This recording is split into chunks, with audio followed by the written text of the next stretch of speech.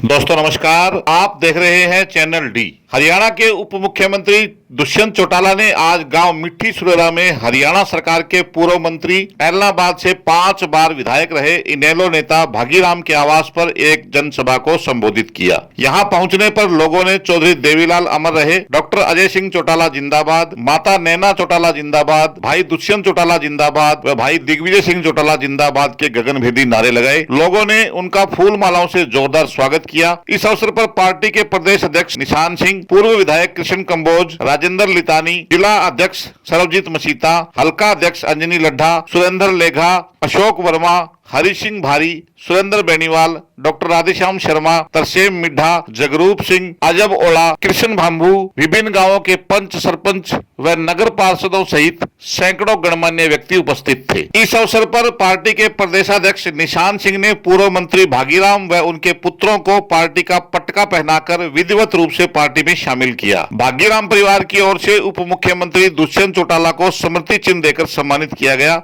अपने संबोधन में पूर्व मंत्री भागीराम ने कहा कि वे चौधरी देवीलाल की नीतियों में विश्वास रखते हैं। वे दल बदलू नहीं है, बल्कि इनेलो ने उन्हें पार्टी से निष्कासित किया है। मैं सबसे पहले तो चौधरी देवीलाल जी आज स्वर्ग में बैठे जरूर सुन रहे होंगे और इलाहाबाद हल्के के लोगों का एहसान मैं मेरी जिंदगी में जब तक जीऊंगा और मैं मेरे परिवार को भी कह के जाऊंगा जब जातिवार, मैं इस परिवार का को कभी भूलना नहीं है। आज भी कई कहते हैं कि भी पार्टी बदली या बदली कौन भाई, मुझे तो सही मानने में सुरेंद्र कह रहा था वैसी है कि उन्होंने कई दिन से कहा मैं तो अटक्यो बैठे हो कई दिनों और मैंने तो निकालने की कोशिश काफी दिनों हुई और मैं जिद करके बैठे हो ना मेरो नाम दल बदलुआ की लिस्ट में ना आवे, पर आखिर कई लोगों की मेहरबानी इसी हुई कि वो चाहे अब दल बदलुआ की लिस्ट में कर लो। और मैं तो अभय सिंह का बड़ा भाई के साथ आयो, वो छोटे के साथ आयो को नहीं। अजय सिंह चौटाला बड़ो भाई है दुष्यंत दिग्विजय अभय सिंह को, तो मैं मन के साथ आया हूं और सही मायने में इसमें भी कोई दो राय की बात नहीं। दुष्यंत चौटाला छोटी सी उम्र में लोकसभा में पहुंचो और मेरे कहने की बात नहीं, रिकॉर्ड की बात है कि दुष्यंत चौटाला 5 साल के पीरियड में लोकसभा में बैठ गए और जितना छोटी उम्र में और जितना भी इंटेलिजेंट में लोकसभा का मेंबर बने रहा, वह सबसे ज्यादा क्वेश्चन करने वाला है दुष्यंत चौटाला हो। सबसे एक नंबर का ऊपर छोटी उम्र को, सबसे छोटी उम्र को भी और सबसे ज्यादा काम करने वाला आदमी वो नाम दुष्यंत चौटाला हो। और चाहे हालात इजाजत दी कि नहीं थी, पर छोटी सी उम्र में डिप्टी सीएम है बने, तो भी छोटी सी उम्र में आज तक कोई बने को नहीं और सारे परिवार में छोटी सी उम्र में अच्छी जगह हासिल करी है और सही मायने में बहुत जल्दी जीएम भी चाल चलन है के मुताबिक सीएम बनने में कोई देरी को नहीं। वह दिन भी बहुत दूर को नहीं, नजदीक है कि हरियाणा में सीएम दुष्यंत चौटाला बन सी। मेरे कहने की बात को नहीं, आज सारा लोगों में चर्चा है। तो मेरे कन टेलीफोन आयो, मेरे कन टेलीफोन आगे कहे भागीराम जी आ गलती क्यों करी, वो गलती मत कौन गिरी बनवा वेला कर ली तो मैं क्या करूं, कर ली काट दियो टेलीफोन। मैं बात दोबारा आ गयो, दोबारा आगे मैंने बोलो कि भागीराम जी एक बात रहेगी पूछ रही हूँ, बोलो बोलो। बोलो का थाई कोई कमेंटमेंट हुई है कि वंशा को यही है कि भी लोकसभा को चुनाव लड़ावा एमएलए को लड़ा ठीक है। हाँ मैं क्यों कमेंटमेंट तो क्यों है, पर मका थोड़ी सी हुई है। बोलो क्यों हुई है, मैं को अजय सिंह जी दुष्यंत दिग्विजय सारा बैठ के फैसलो करो द्रौपदी जी की राष्ट्रपति बनी है नहीं, इन्हें हटा दिया अगले महीने तक बढ़ा दिया। ये बता और चारों छोरा ने गवर्नर बना दूंगा जो कही है मैंने तो भैया करेगा नहीं करेगा क्या करेगा, जब वो चुप हो गए क्योंकि वो बता दे जी कहते रहे हो गए भागीराम ने पूछ ले। तो मेरे कहने को है मैं ज्यादा समय नहीं लेता हुआ। आज सही मायने में क्या है कि चौधरी देवीलाल जी के टाइम में एक वर्कर चाहे रेलवे स्टेशन पर खड़े हो 50 कांग्रेसी खड़ा हो, बस अड्डे पर खड़े हो, चाहे अस्पताल में खड़े हो, चाहे कहीं खड़ा हो, कचहरी में खड़ा हो, एक वर्कर 50 और 100 आदमी में सारे कौन तो वो 100 ने दबा रहे हो तो एक वर्कर। मेरी सबसे राय है कि अब तक थे 150 भी ज्यादा वर्कर होता था, पर अब जी का है जैसे भी बैठे ही पार्टी को प्रचार करके। उप मुख्यमंत्री दिग्विजय चौटाला ने अपने संबोधन में कहा कि वे पिछले 3 सालों से सरकार में लगातार गरीब व कमेरे वर्ग की खुशहाली के लिए काम कर रहे हैं। इन प्रयासों से जो बदलाव आया है उससे हर वर्ग लाभान्वित हुआ है। हाल ही में सरकार द्वारा कृषि से संबंधित निर्णयों व योजनाओं से किसान पहले से अधिक सशक्त हुआ है। आज तकनीकी तौर पर बदलाव आया है जिससे न केवल भ्रष्टाचार पर अंकुश लगा है बल्कि लोगों को घर बैठे ही योजनाओं का लाभ मिल रहा है। उन्हें कार्यालयों के चक्कर नहीं लगाने पड़ते। पहले डीसी रेट की नौकरियों में ठेकेदारी प्रथा का चलन था। अब सरकार ने ठेकेदारी प्रथा को खत्म करके हरियाणा कौशल रोजगार निगम बनाया है जिसके माध्यम से गरीब परिवारों के बच्चों को वरीयता दी जाएगी। प्रदेश के लोगों के स्वास्थ्य को लेकर भी सरकार पूरी तरह से गंभीर है। जिस भी परिवार की आय 1,80,000 रुपए से कम है उन परिवारों के आयुष्मान कार्ड बनाए जा रहे हैं। और एक चीज अभी चौधरी भागीराम जी कह रहे थे कि मैं नया आया, ना तो हमने ना आपने, आप सारे काटे हुए और नजर घुमाओगे तो कोई दूसरी पार्टी का नहीं, सारे एक ही पार्टी के हैं और एक ही सोच के हैं। जो सोच जनता दल, लोक दल, दम की पा, समता, वो चौधरी देवीलाल के कमेरे को मजबूत करने की सोच थी। रास्ते जरूर अलग अलग समय पर अलग हुए मगर सोच विचार एक ही रही। जैसा चौधरी देवीलाल जी ने कहा था, लोकलाज से लोकराज चलता है, कि कमेरे को उस अंतिम छोर में बैठे व्यक्ति को ताकत दी जाए। और मेरे लिए खुशी है कि आप सबका विश्वास था कि 11 महीने में हमने संगठन को इस ऊंचाई पर पहुंचाया कि हम 10 विधायक विधानसभा में जिता कर लेकर गए, सरकार का हिस्सा बने और उस सरकार में रहकर कमेरे को कैसे ताकत दी जाए उसके ऊपर काम किया जाए। अभी मेरे पास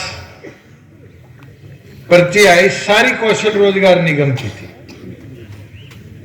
आज से साल पहले कोई सोचता था कि गरीब के पास भी ये ताकत रहेगी, वो डीसी रेट लग जाए, ठेकेदारी प्रथा पे लग। मुझे वो दौर भी याद है जब मैं सांसद था तो यह कहा जाता था जी ठेकेदार 1 महीने की तनख्वाह रोक लेता है, 2 महीने की तनख्वाह रोक लेता है और फिर नौकरी देता है। मगर आज कौशल रोजगार के माध्यम से हमने प्रबंध जरूर कर दिया, दिक्कतें जरूर आई मगर जिसके परिवार की आय सबसे कम है, आज रोजगार की जिस परिवार को जरूरत है आज उसको प्राथमिकता दी जाएगी। और मुझे भी खुशी होती है कि पहले जिसके घर में 50,000 सालाना आय भी नहीं है आज उसको हम रोजगार का अवसर दे रहे हैं, फिर लाख वाले को दे रहे हैं, फिर 1.5 लाख वाले को दे रहे हैं, फिर 180 वाले को दे रहे हैं। और जब 180 से ऊपर हो जाएगी फिर उनके परिवारों में भी रोजगार के अवसर दिए जाएंगे। साथियों, बड़े बड़े बदलाव करें और आगे भी करेंगे। आज आयुष्मान कार्ड बन रहे, जिस भी परिवार की आय 1,80,000 से नीचे आज वो आयुष्मान का लाभार्थी है। और मतलब ये है कि उसके परिवार में किसी को कोई इमरजेंसी आ जाए मेडिकल तो पूरे देश भर में 5 लाख तक का उसका इलाज मुफ्त है। इसका लाभ गरीब को। मैंने पीछे रैली वाले दिन भी कहा था, आज भी कह देता और कोशिश करूंगा 1 जनवरी से इसकी शुरुआत कर दे। राशन कार्ड की समस्या बहुत है। 2011 के जनसंख्या के आंकड़ों के ऊपर राशन कार्ड बनाए जाते हैं और गांव में जिसके पास 2 गाड़ी है उसका पीला राशन कार्ड है और जिसको जरूरत है, जिसके परिवार के लाख भी आय नहीं है उसके पास हरा राशन कार्ड है। और गांव में चले जाओ तो उस गरीब आदमी की इच्छा ये रहती है कि मेरा राशन कार्ड बन जाए। और ये विश्वास दिलाता हूं कि 1 जनवरी से पहले कानूनी तौर पे भी प्रावधान कर दिया है और इसको प्रदेश में लागू कर देंगे कि जिसके परिवार की आय वेरीफाइड 180 से नीचे है उसका पीला राशन कार्ड ऑटोमेटिकली बन जाएगा, उसको और कहीं दफ्तर में जाने की जरूरत। और एक ऐसी समस्या और थी, और मैं तो 3 साल तो लग गए, इससे बड़ा पीड़ित भी था। किसी को कोई बैंक में लोन लेने के लिए कोई अपने डॉक्यूमेंट साथ लगाने के लिए फर्ज चाहिए होती थी, तो फर्ज का क्या सिस्टम बना हुआ है? पहले प्रिंट करोगे, फिर पटवारी को ढूंढोगे, फिर पटवारी जी बोलोगे, फिर वो मोड़ मारने के भी पीछे मांगेगा नहीं मांगेगा, और फिर माथा देख के टीका कटता है, कोई 200 में कट जाएगा तो कोई 2000 में कट जाएगा। सच्चाई है तब। अब एक चीज मैं जरूर कहूं, इस चीज का भी हमने समाधान निकाल दिया और अब गवर्नमेंट ऑफ इंडिया से हमने 3 करोड़ रुपए, खर्चा तो सरकार का लगा, सॉफ्टवेयर ले लिया और अब आपकी जो फर्ज निकलेगी कंप्यूटर पे, उस पर किसी की डबल स्टैंपिंग की जरूरत नहीं, उस पर QR कोड आ जाएगा और QR कोड के साथ किसी भी सरकारी डॉक्यूमेंट के ऊपर वो पूरा वेरीफाइड डॉक्यूमेंट के तौर पे आप इस्तेमाल कर पाए। और फिर 1-2 दिन धक्के काटने की जरूरत नहीं, जिस समय निकालोगे उसी समय से वो एक कानूनी वैलिड डॉक्यूमेंट के तौर पर, जायज डॉक्यूमेंट के तौर पर देखा गया। कई बदलाव ऐसे अच्छे भी थे। किसान के खाते में पैसे देने की बात आई तो आड़ती भाइयों ने क्या कहा कि आड़ती मर जाएंगे। 2 साल हो गए किसान के खाते में पैसे देते, कोई मंडी का एक आड़ती मरा। आप खुद बताओ, पहले तो किसान जाया करता था आड़ती के पीछे पीछे, कहा करता था मेरे पैसे दे दे, तो यह बात कही जाती थी कि DFSC ने अभी बिल नहीं काटे, 15 दिन बाद आ जाना। और फिर 28-29 तारीख को किसान जाता था, कहता था अगले महीने आ जाइए कि 1 महीने का ब्याज और बढ़ जाए। आज तो किसान के खाते में पैसे आते हैं और चेक काट के किसान आड़ती को दे के आता है। आज तो आड़ती आपके पीछे आते होंगे, पीछे आगे तो दे दिए। इस बदलाव में बड़ा नफा नुकसान था, मगर आज खुशी होती है। जीरी के अभी दे के हटे 12,000 करोड़ रुपए हमने किसानों के खाते में 72 घंटे के अंदर अंदर दिया और किसान के मोबाइल पे मैसेज आया इतने लाख इतने हजार रुपए खाते में आ गए। आज सशक्त कौन बना? किसान बना।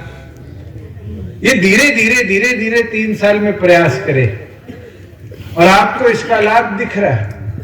और मैं तो चाहूंगा हम करते रहेंगे, ऐसी समस्या मेरे आगे आती रहेगी और उसका निपटारा जितना मेरे दम में होगा उतना तो मैं करके आपके भले के लिए लगाने का। अब संगठन की ओर की बात करें तो संगठन को मजबूत करने का काम आपने करना है।